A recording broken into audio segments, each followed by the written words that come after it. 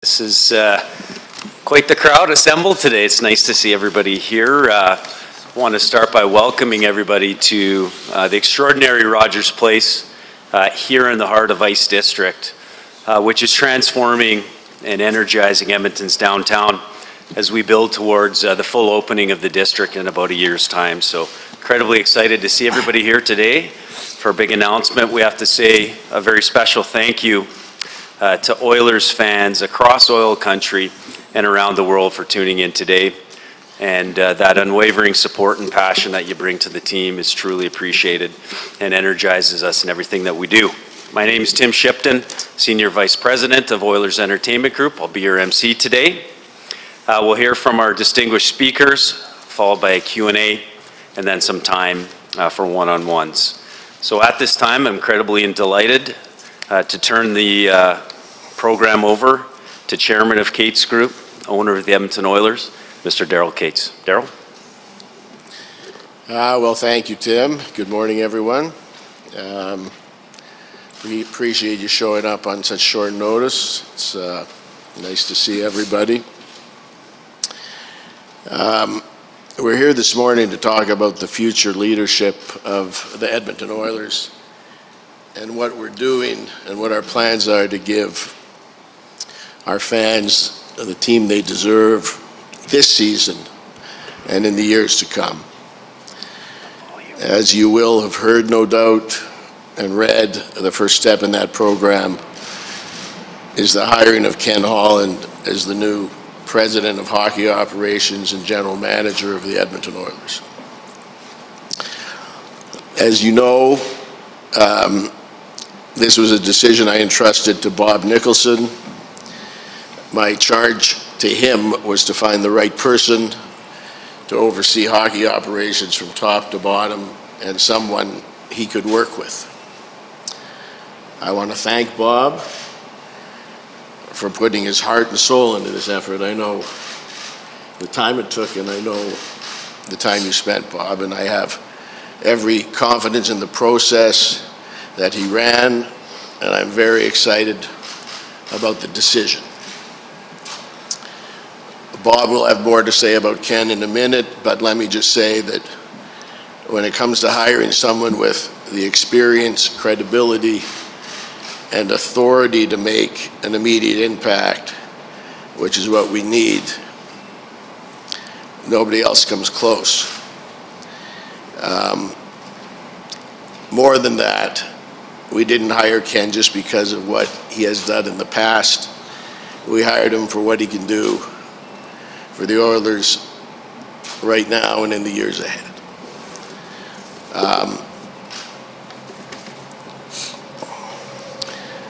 Above all, Ken commands a respect from players, scouts, other executives throughout the hockey world, not only throughout the hockey world, throughout the entire sports world. And he knows how to build a culture of winning. Now, there are a lot of bright minds in hockey, young bright minds in hockey today. I know Bob talked to many of them during our search. But at the end of the day, it became abundantly clear that Ken was by far the right candidate for the job. And having gotten Ken Holland, yes, you can be sure he will have full autonomy as general manager. You can ask him, but I don't think he would be here if that wasn't the case. I want to say just a few more things before I turn it over to Bob and Ken. One, we have not delivered on the promise we made to our fans in recent years. You know it, and I know it, and we all know it. And while accountability for this falls on everyone in our organization, it starts and it stops with me. And I want you to know we're listening to our fans, we get it, and we're doing everything we can to get it right. Secondly, Ken will report to Bob, and as I said, have full autonomy on all hockey matters and personnel.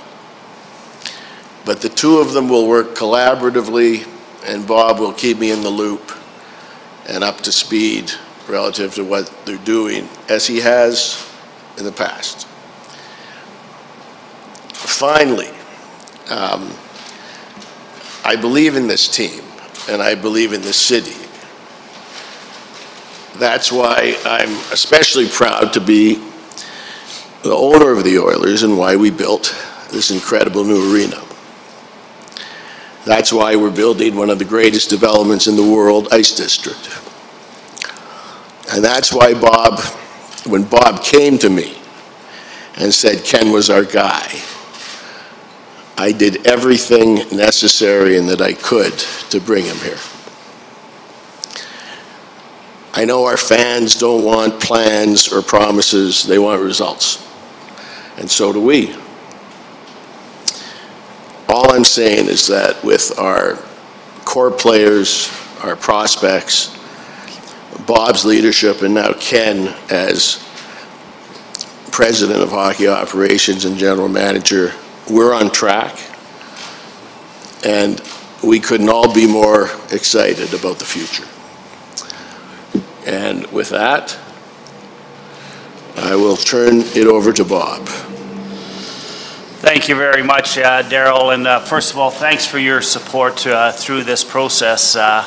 It certainly was a long process, a deep process. But Kenny, I look up here, it makes me pretty excited.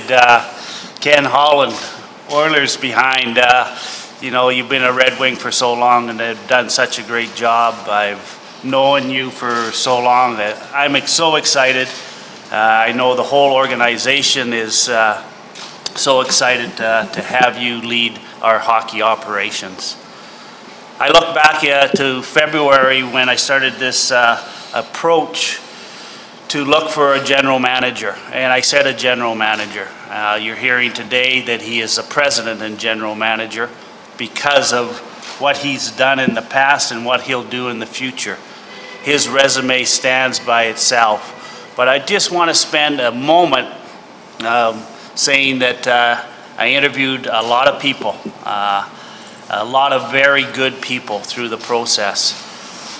Through the process, I saw that Ken Holland was turning the reins over to Steve Yzerman, and I watched that very closely because of the relationship I had with Steve, the relationship with Ken. And then just in the last few days, did we get down to have some very serious talks about Ken being here. And it went very quickly because of our long relationship. And I'd already narrowed down the process. And I do want to recognize one other person in this process, and that's Keith Gretzky. Keith Gretzky did a great job as the interim general manager.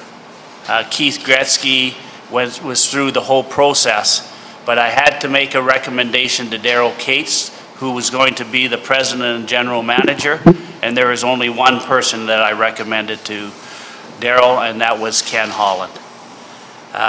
Ken, I know that you've got a lot of work to do in front of you, but when you look at a resume as a general manager in the National Hockey League, this is the type of person that we want to lead this organization. Darryl's already said this already, and we've had a lot of good discussion on it. You know, Ken will lead hockey operations from top to bottom. I will work with Ken to make sure that he has all those avenues open for him to do whatever it takes to make the Edmonton Oilers successful. I have a great relationship with Darryl. We're starting that relationship with Ken. We had a great night last night. We're going to continue to do that so that the three of us work together to make sure that we go forward in a very positive way. First of all, for our players, our staff, and our fans. We know that there's frustration with the fans, but I can tell you today, with naming Ken Holland as the general manager and president of hockey operations, this is a perfect step for us to move forward in a positive way. So Ken, great to have you on the team. Thank you. First off, it's an incredibly exciting day for me and my family. I'm a Western Canadian boy. I was born in Vernon, British Columbia. I played junior hockey in Medicine Hat, Alberta in the mid-70s, and then after I played 9 years of pro, I started scouting for the Red Wings and spent 10 years living in Medicine Hat from 1985 to 1994. So love the prairies, and obviously very, very familiar with the history of the Edmonton Oilers. Before I go into that a little bit, I do want to thank a couple of people. It's been an emotional time for me the last couple of weeks. I've been with the Detroit Red Wings for 36 years. The last 22 as the general manager of the Detroit Red Wings, and I'd say as the process went along for me, that I knew that Steve Yzerman was going to be taking over. The owners in Detroit gave me an unbelievable offer to remain with the Red Wings in a senior vice president role. And I went over to the World Under-18 Championships with Steve, with Chris Draper, with the Red Wings staff. And as I was over there, I realized that I had the passion, the energy, the enthusiasm, the desire to continue to be a general manager in the National Hockey League. And when I got back, Bob reached out to me, and we spent a lot of time on the phone over the last few days, and ultimately came to the decision to be here today. I'd like to thank Daryl and Renee Cates for believing in me and entrusting me to be the general manager of the Edmonton Oilers and to lead this team. And my goal, obviously, is to lead this team to become an elite team in the National Hockey League. And I think that there's lots of key pieces here that are in place.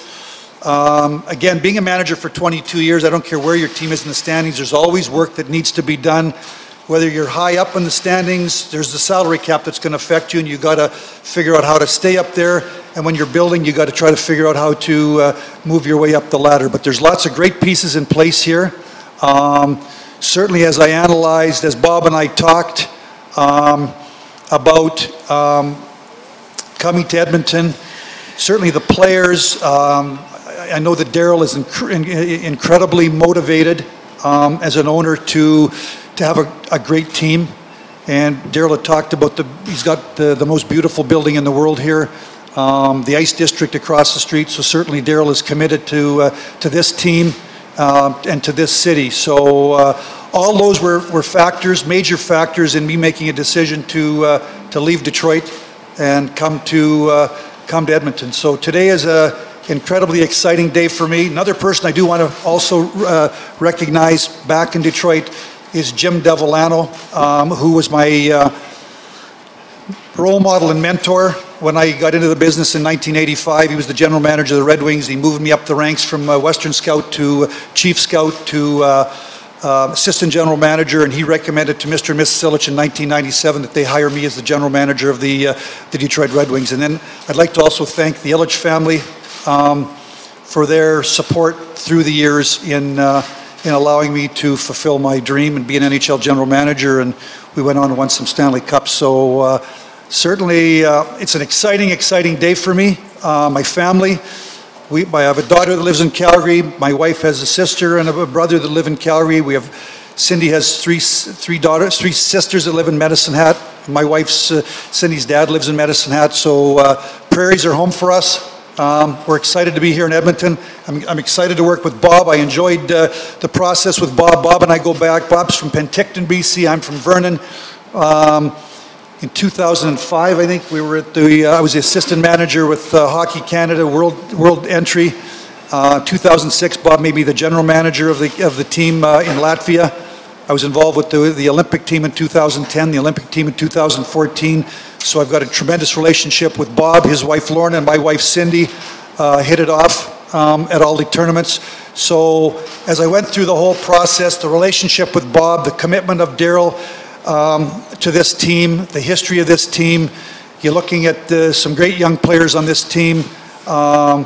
It was a natural fit for me to make a decision to move to Edmonton, become the general manager and president of the Edmonton Oilers. And I'm very, very excited.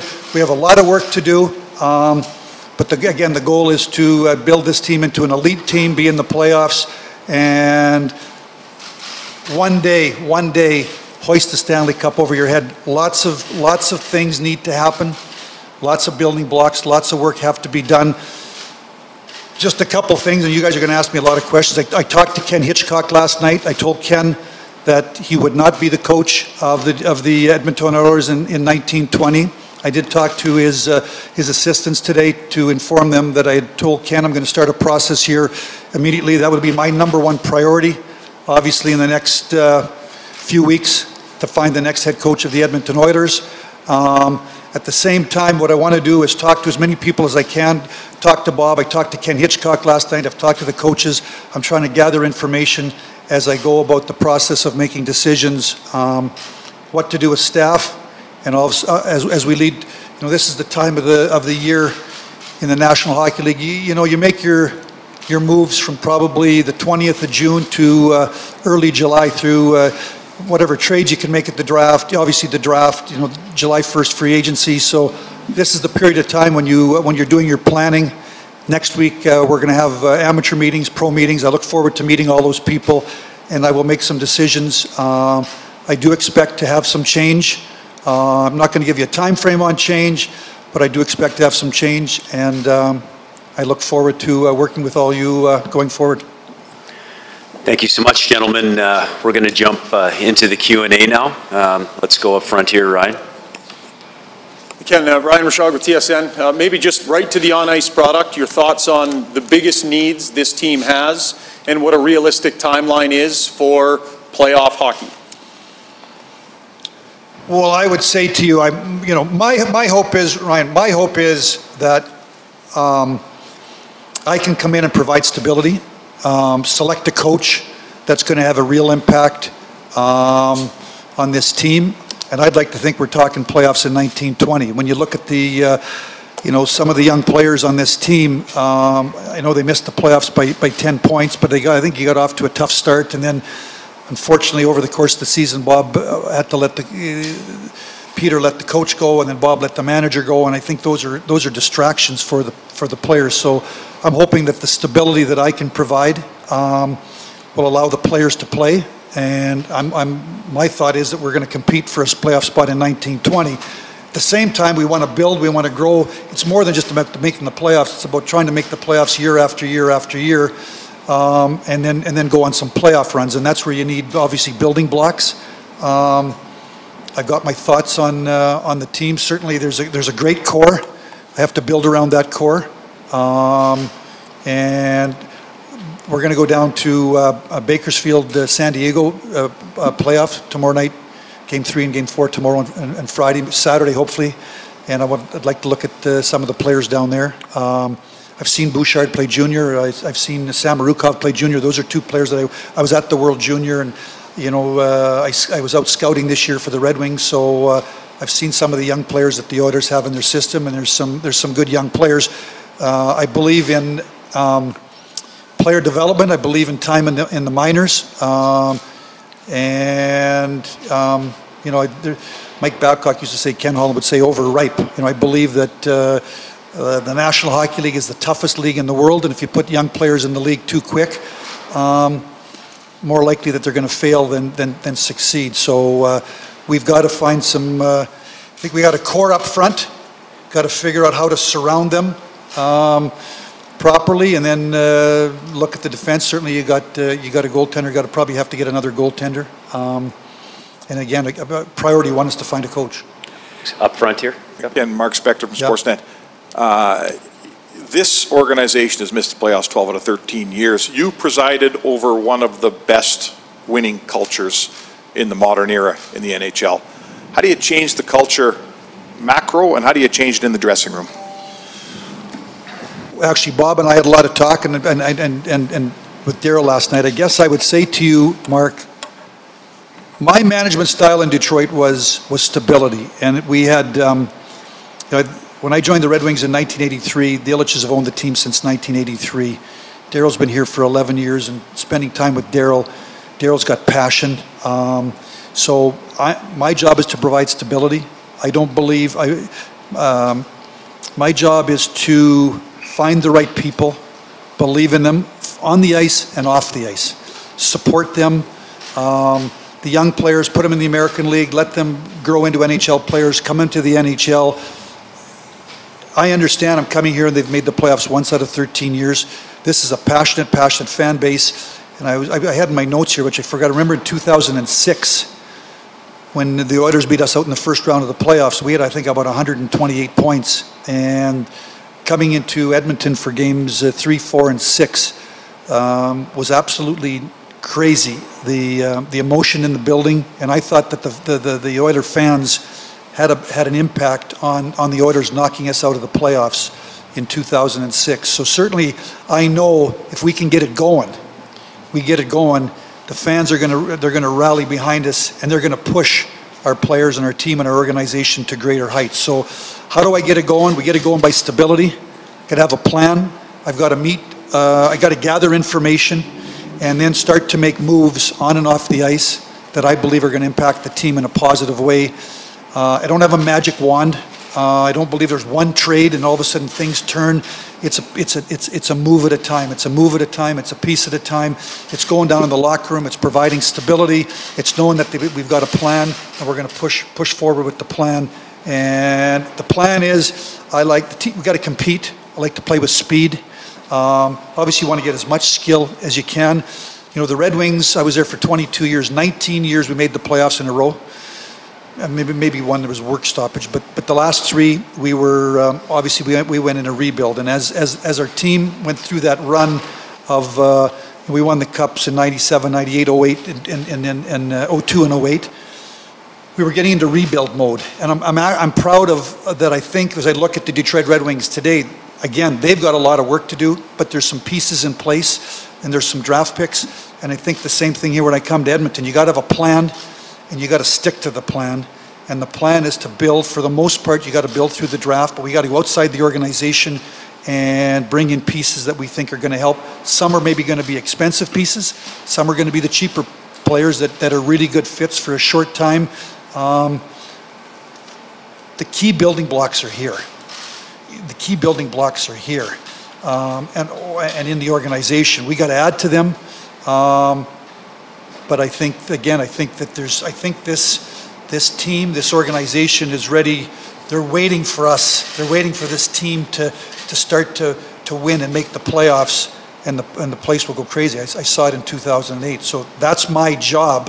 That's my job. And in talking to Bob and Daryl, they've given me full authority. That's certainly one of the. I'd been in Detroit for so long and had incredible relationship with the ownership there. So, and then we went into a salary cap world in 2005. And I'm proud that we were the last team to miss the playoffs in a salary cap world. Everybody in the league missed the playoffs in the salary cap world. We were the last team, and we had to go from a $80 million payroll in 2005 down to a $39 million payroll. We were able to find some pieces, Dan Cleary and Andreas Lilly and this guy and that guy, and piece it together. But we had the core. We had the young Zetterberg and Datsuk, and I was able to work around the core. That core is here. So I've got a core to work with. Now I got to go out and support that core, find a coach, and provide stability, and build a program here that our fan base is excited about. Let's go to Terry and then Jim and then Terry Jones, Edmonton Sun and Journal. Ken, can you let's carry on with the salary cap there. Can you speak to the situation that you're taking over with the salary cap in Edmonton, but also the situation you left in Detroit and the complications that you got involved in there, and if you could too touch on the future of Keith Gretzky. It's a lot of questions. Number one is the salary cap here. I've gone over it. I would say to you, Terry, most teams have salary cap issues. That's the reality of being a general manager in the National Hockey League in 2019. If you don't have issues, you're probably a team that's on the rebuild. So most teams have speed bumps, or however you want to look at them, that you have to work around. The salary cap in Detroit, they've got $20 million of salary cap space as you and I speak today leading into July 1st. Next year, I think $12 to $15 million come off. So Detroit's got a ton of cap space. You know, I would say to you, Terry, I've been a manager for 22 years. I'm going to make some bad decisions. Like if you think you're going to make decisions over 22 years and you're never going to make a bad decision, I'd like to meet that guy because I don't think it exists. You got to make more good decisions than bad decisions. And I think I made way more good decisions in Detroit than bad decisions. But I did make some decisions that didn't work out the way that I thought. But you make those decisions based upon the information at hand. You talk to your people. I'm a general manager that likes to bring my people into the mix. I don't make the decision all on my own. I talk to my people, I gather information, and I make a decision. And if the decision doesn't work out the way we want it to, I got to work around that decision. What's the other question? Keith. I have not talked to Keith. Obviously, I got a tremendous amount of respect for Keith. I do want to talk to Keith. I would like to keep Keith in the organization, but I have not spoken to him. But certainly, he is on my list to talk to very soon. Thanks, Terry. Jim. Jim Matheson, Post Media. Welcome, Ken. A couple of questions. One, is it easier as a general manager to come in when you've got Draisaitl and McDavid and you don't have to find star players? You can build down the lineup as opposed. And the other question is, why not Ken Hitchcock as coach? Yeah, good. Absolutely. I mean, obviously, they're two young superstars. I mean, I don't know, they're 21 and 22 or 22 and 23. Connor is, maybe the greatest young player in the game with everything he's accomplished. And I think his better days are ahead of him still. He's not even in his prime yet. Leon had 50 goals and a great second half. So obviously two massive building blocks.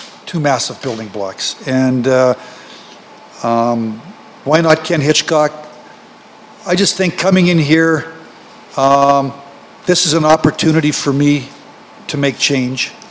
And I talked to Ken last night. Certainly I'm going to talk to Ken. I've known Ken for a long, long time, back to the early 90s when I was the chief scout of the Detroit Red Wings and he was coaching Kamloops. I used to go talk to him about his players.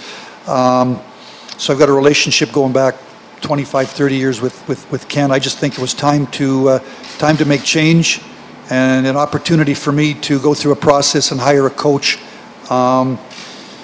If I hired Ken, it's probably another year. I'd like to find a coach that I can go to work with. I hired I hired Mike Babcock. I worked with Mike for 10 years. Before Mike, I had Dave Lewis for 2 years, and I've hired Jeff Blashill, and this is year 4. I like to build a relationship. I build a relationship and go to work, and again, it's going to be up and down. It's never smooth sailing, and I need to find a coach that we're going to work with. We're going to bunker in, and we're going to go to work with one common goal. And I just think it was time. This is an opportunity for me to go through that process to find that coach. Yeah. Thanks. Jason at the back. 2 questions. For Jason Greger, TSN 1216 Oilers Nation. For Bob and Darryl. Ken just talked about an opportunity and time for change. There hasn't been a lot of change, really. Like Peter Chiarelli came in, and the only addition he made in the management was Keith Gretzky. Darryl, you've watched this team. You've obviously invested a lot of money in it. Do you feel there needs to be, you've changed a lot of players and coaches in that time, a few GMs. Do you need other change in the upper part in scouting and management of your team? Let me take that first, Darryl. There has been a lot more change than Keith Gretzky. When you look at the pro scouting side of it and to the amateur side of that, Peter Chiarelli made changes over the first 2 years. His major person that he brought in was Keith Gretzky. But throughout the whole operations, Peter made a lot of changes, and Ken's going to go through the exact same process, and he'll set his timelines and set his process of how he'll do that and we have some really good assets, some really good people, but that will be Ken to go through, have those discussions with those people, and then form his own hockey operations. And Ken, for you, obviously you built a real winning tradition in Detroit. Culture is a term that some people don't necessarily like because it simplifies things, but it's very deep in how you bring just an energy and a belief system to the organization. How long do you think it takes to do that? Because when you came into Detroit, prior to that, I think they'd lost 9 years in a row, right? And you were just in the early years. How do you build that foundation so it's strong and a winning culture, not just on the ice, but off of it? That is a great question. You know, obviously, ultimately, winning is going to make everything good. Now, how do you start to win? It's about people. What's culture? To me, culture is people. Culture is the people that you bring in on the ice and off the ice, and they care about the logo. They care about the logo. And one of the things that I tried to sell as the general manager, as the Detroit Red Wings, was, you know, you earn the jersey. Whether you're a young player, you got to earn the jersey. You just don't get to put the jersey on because you were a high draft pick, or you got to earn the jersey, and you got to go to work every day, and you got to respect that jersey, and you got to play hard. And the Red Wings we didn't have a very good year this year, but I think we were involved like almost 51 goal games. We lost a lot of games close. The team played hard. The young kids were starting to take over the team, and I think we were heading in the right direction. And guys like Nick Cronwell and some of those veteran players have been a real positive impact on those young players. They don't know it, but they're going to find out 5-6 years from now when they start to reflect back on the people that had an impact on their career. So it's finding some veterans, it's having those veteran players. You have young players. You got to challenge those young players. You've got to give the young players an opportunity, but the coach has to make them accountable. There has to be an accountability in the locker room and on the front office. And I guess at the end of the day, what's a culture? You got to work. It's a work ethic. It's a compete every day. The league is so hard to win. You got to compete. Your scouts got to compete. Your managers got to compete. Your coaches have got to compete. We're competing with 31 other organizations that are the best in the world, and you got to grind. You grind. And I guess that's who I am. And I love to play golf. And I love to grind. I like to get up and down. I don't want to hit it on the green. I like to get up and down. You know what I mean? Get up and down from a bunker. I like it when life is tough. Life is tough. You got to grind. You got to dig in. So culture is about finding when life is tough. Right now, times are tough. The team has made the playoffs once in 13 years, and Daryl and Bob have made a decision to bring me in. I've got to come in, and I've got to change the culture. And I believe they've given me complete authority. I've got to provide stability. I've got to find the right people. Some of them are in this organization. Maybe I got to go outside and bring some people outside the organization. That's the process that I got to go through here over the next period of time, and that's ongoing. So that's what my experience in Detroit told. And then obviously it's great players. Great players. You know, I get the pleasure to work with Yzerman and Lidstrom and Zetterberg and Datsuk. They were great players, and they really cared. They really cared. And I saw that when Scotty Bowman came in, and how Steve Yzerman decided that determined he was going to less points and block more shots and win more draws. But the young players don't know that. They want to come in and they want to do what they've always done. So there's a process with young players, and that's why you need veteran.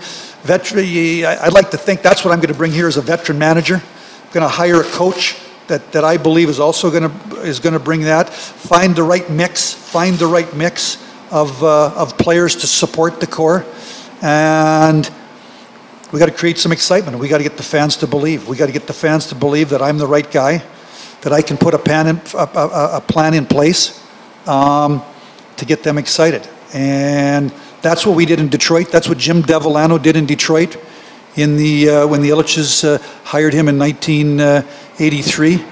And by the late 80s, early 90s, we had her going, and we had drafted good. We had young players going. And once you get it going, now you got her going. So there's lots of pieces here. It's up to me to add to those pieces, to try to figure out the right chemistry, to figure out how to support some of those key pieces that are here through the decisions that we make on players on the ice, but also the decisions that I make in the staff. Okay, we got time for a couple more. We'll go up front to Bob and then last question. Ken, Bob Stauffer, Oilers Radio Network. I'll be the geek here and ask the question about analytics and, for a lack of a better term, sports science. Just your thought on maybe how the importance of those two areas have changed over the last several years and where you're at with that. I believe in analytics. I believe it's a tool. I don't believe it makes your decisions. I think that what we did in Detroit, I've always been analytics. I remember sitting I became manager in 1997, and 1998 and 1999, and saying, okay, how many goals are Dallas going to score this year? How many goals is Colorado going to score? Our peer group, how many goals is Jersey going to score? And I looked and tried to figure out, do we have enough offense? And then you got to be goals against. Now, those are basic analytics. Well, the analytics today are way deeper than that. So analytics has always been, I'm a numbers guy. And so analytics is something that, we had somebody in Detroit, we would play, the Edmonton Oilers are coming into town, and Jeff Blashill would talk to our analytics guy about numbers, and he would give him numbers as Jeff went into the game to make decisions on matchups and line, whatever he wanted to do. So certainly the head coach was talking to our analytics person, and we're the same thing in the amateur draft and in the pro scouting, looking at statistics. But it's a guide. Certainly, I need people in the field that I respect, that are watching games, and they've got instincts and they've got experience, and you put the two together, and you eventually make a decision. And I want to come back to Terry, and you're going to make the odd bad decision. Like, I want you to know, I'm going to make the odd bad decision. You can't make, if you're going to make or you make no decisions. You make no decisions, and you don't make any bad decisions. So, got to make way more good decisions than bad decisions. But certainly analytics is it's a piece of the process. Thank you. Fletcher. And Mr. Cates, you'd spoken earlier about how you weren't satisfied with how things have been going the past few years. And we've heard from a number of season ticket holders over the last little while, their displeasure as well, some of them talking about not renewing their season tickets. How has some of this displeasure affected the business side of things? And how do you feel about what you're hearing from some of the fans, and how that plays into what's happening here today? Look, at our intention from the outset, and especially today, relative to bringing Kenny into the organization, is to build, as you've said, an elite team. And that takes the right people and the right plan. And to Kenny's point, I've never suggested that we haven't made some mistakes or wrong decisions, but the objective has always been the same. And that's why you see the greatest arena in the world and one of the greatest developments in the world across the street. That's our commitment to this city and to hockey in this marketplace. And it's not a short-term commitment. It's a long-term commitment, and relative to our discussions about Kenny and what he did in Detroit, I think the eliteness of the system and team and process that he developed, for me, is what I want to see. You saw what happened in the first round of the playoffs this year. If you get in, it's like another season. Anything can happen. And, our objective has to be competitive year in and year out, and that's what builds an elite team. And I can tell you, with the core that we have in the playoffs, these young guys, I just have a sense that we have the abilities to take it to another level. And that's what's exciting to me, is to build longevity and a franchise that fans can be proud of year after year. And that's exactly what Kenny did in Detroit. And relative to general managers who have done that in any sport, It's not just hockey. Ken Holland's on the top 10 list of general managers of every sport. Okay, so it's a unique individual that has this skill set and vision to create a culture, in your words, that can lead and develop this franchise into an elite team. That's been Bob's objective from when we started to talk in the after the Olympic days, and it's we are very like-minded in that regard. And I think we're fortunate that, as Kenny said, we have the core with maybe the ability to do some things where we can be competitive very quickly. But make no mistake, our objective is to build the Oilers into one of the elite teams in the league who, every year, we're there. And if we get in, watch out. Thanks, Darryl. Final question to the gentleman at the back. Yeah, hi, Ken. Congratulations. Welcome to Edmonton. Gene Principe with Sportsnet. Had you envisioned that you would always kind of start and finish with the Red Wings, and when you kind of felt that pull, you mentioned how difficult it was maybe to leave, and Bob, when you went after Ken, what was sort of your game plan on selling the Oilers in Edmonton to him so you'd be here sitting today? Your question was, did I envision myself being a Red Wing forever? Yeah, I did. And I think, one